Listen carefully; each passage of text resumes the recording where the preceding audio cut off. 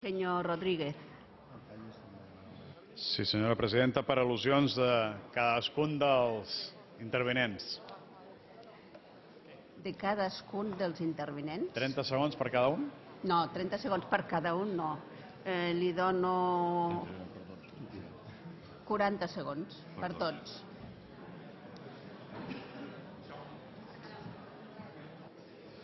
Gràcies, senyora presidenta.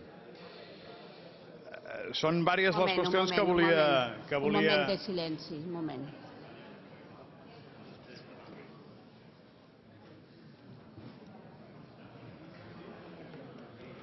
Senyor Rodríguez.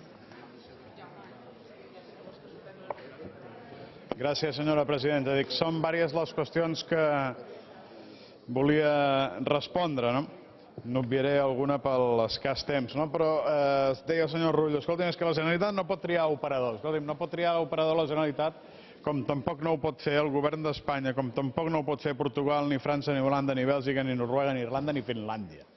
Perquè tenen un règim que estan esperant que la Unió Europea obri el mercat del transport intern a la competència i, per tant, aquest és el marc en el que ens movem.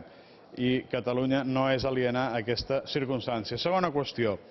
Se'ns ha acusat d'una defensa agressiva de l'operador únic. Perdoni'ns, nosaltres el que hem de dir és que l'agressivitat va venir d'aquell govern del Partit Socialista que va donar una transferència del servei de Rodalies i del servei de mitja distància comprometent quelcom que no podia complir, que era un canvi de la legislació per prometre la liberalització del servei ferroviari.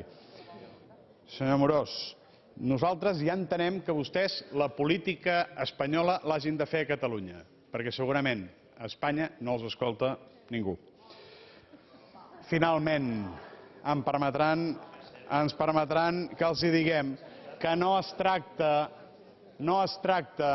de tenir més competències, no es tracta d'això, sinó que del que es tracta és de gestionar en competència aquelles competències que ja tenim.